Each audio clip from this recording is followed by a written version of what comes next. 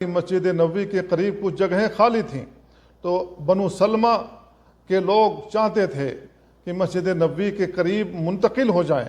یہ بات نبی کریم صلی اللہ علیہ وسلم تک پہنچی تو اللہ کے نبی صلی اللہ علیہ وسلم نے ان سے کہا، بلغنی انکم تریدون ان تنتقلوا قرب المسجد، مجھے یہ بات پہنچی ہے کہ تم لوگ چاہتے ہو کہ مسجد نبوی سے قریب منتقل ہو جاؤ۔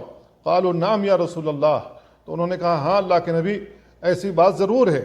آپ نے بیان فرمایا، بنی سلمہ دیارکم تکتب آثارکم، بنو سلمہ کے لوگوں وہاں سے مسجد آتے ہوئے جس قدر تمہارے پاؤں پڑیں گے زمین کے اوپر، تمہارے آثار قدم لکھ لیے جائیں گے۔ تو اس سے معلوم یہ ہوا کہ صحابہ کرام چاہتے تھے کہ دشواری کے پیش نظر ہم مسجد نبوی سے قریب منتقل ہو جائیں تاکہ یہاں سے نماز پڑھنے میں ہمارے لیے آسانی ہو۔ دیار بنو سلمہ سے آتے ہوئے گلیاں پڑتی تھیں، کچھ میدان پڑتے تھے، کچھ اوبڑ کھابڑ زمین پڑتی تھی۔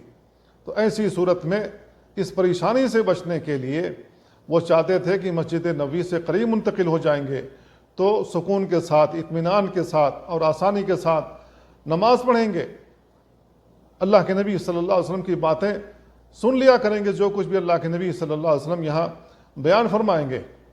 تو اللہ کے نبی صلی اللہ علیہ وسلم نے بیان فرمایا کہ اپنی جگہوں پر قائم رہو، اپنے دیار میں ٹھہرے رہو، اپنے قبیلے میں رک جاؤ، وہاں سے منتقل نہ ہو۔